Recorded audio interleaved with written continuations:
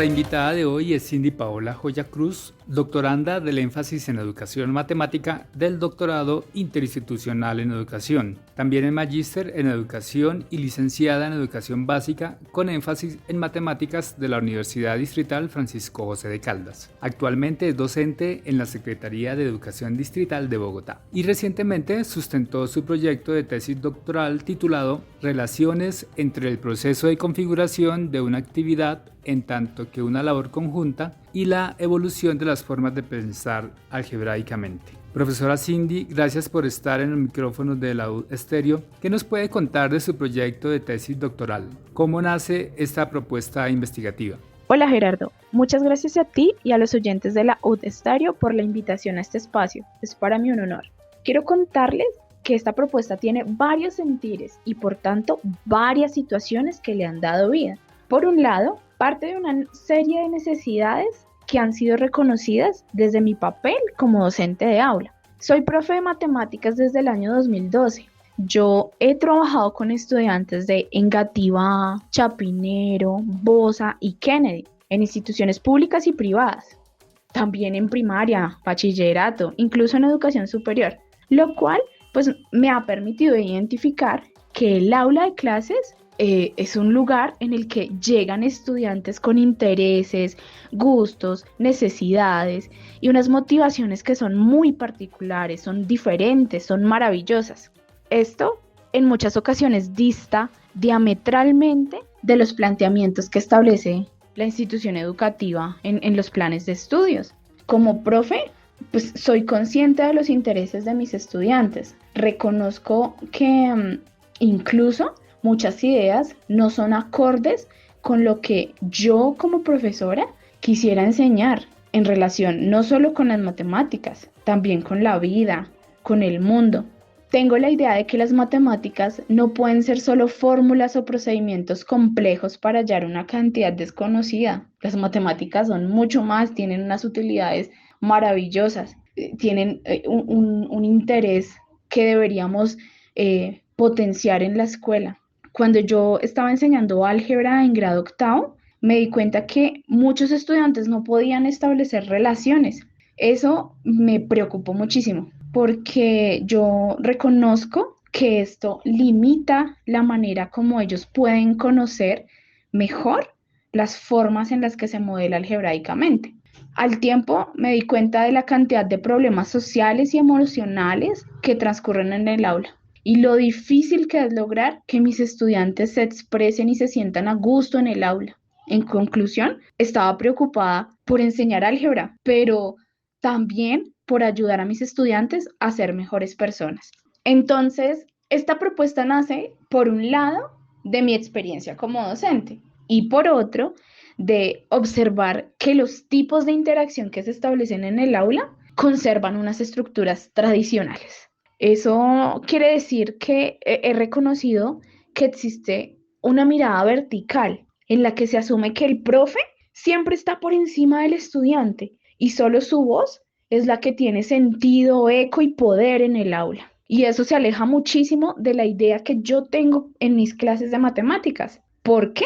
Pues es sencillo, porque me muestro de acuerdo con la idea de propiciar una estructura horizontal en el aula, en la que los estudiantes se sientan reconocidos, en la que puedan participar activamente de las actividades, de las propuestas, que ellos mismos puedan generar esas actividades y esas propuestas, en las que mis estudiantes no sientan temor por compartir sus experiencias, sus observaciones, las preguntas que tienen, en fin, que tengan una mirada en la que vivan las matemáticas de una manera más cercana, más real, más interesante. Ahí me contacté con quien es ahora mi director de tesis, el doctor Rodolfo Vergel Causado. Él me presentó la teoría de la objetivación y me invitó a pensar en el álgebra temprana. Esto me llevó a reconocer que niños de 10, 9, incluso 8 años dan muestra de conversaciones, expresiones, gestos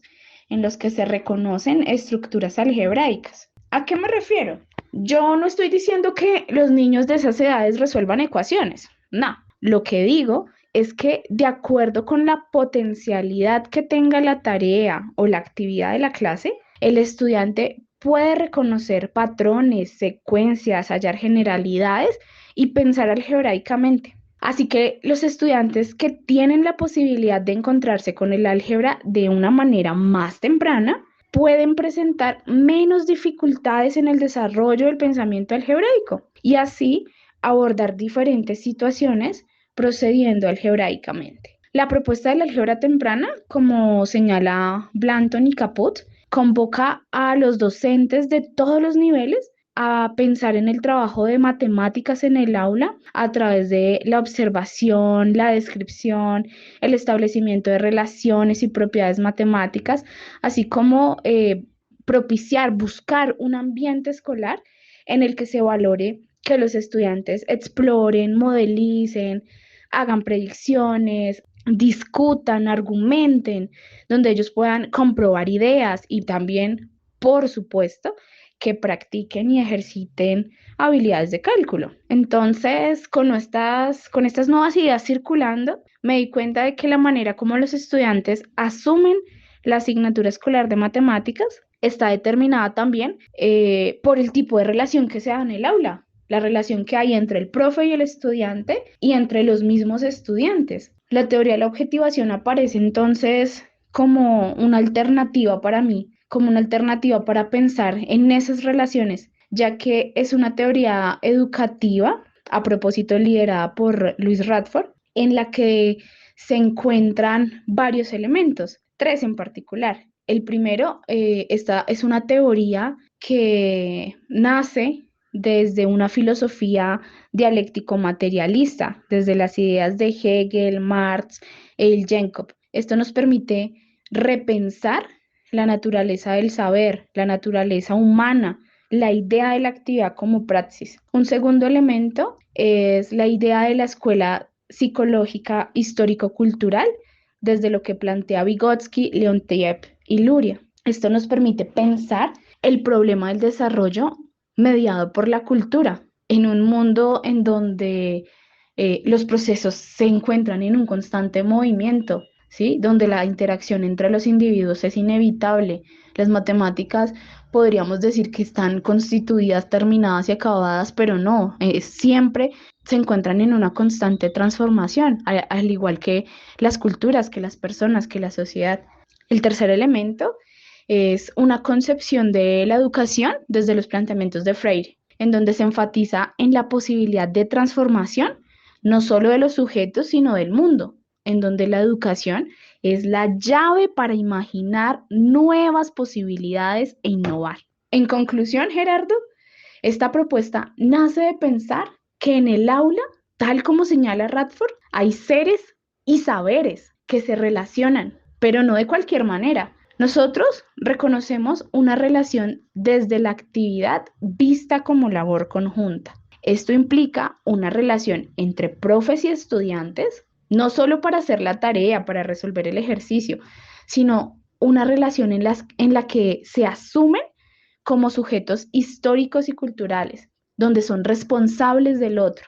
Es un trabajo hombro a hombro en el que los dos se van produciendo como sujetos. Finalmente, ¿cuál es la proyección de esta tesis? ¿Cuáles son las principales apuestas de la investigación doctoral? La emergencia del pensamiento algebraico y su forma de comprenderlo se encuentra en estudio reciente.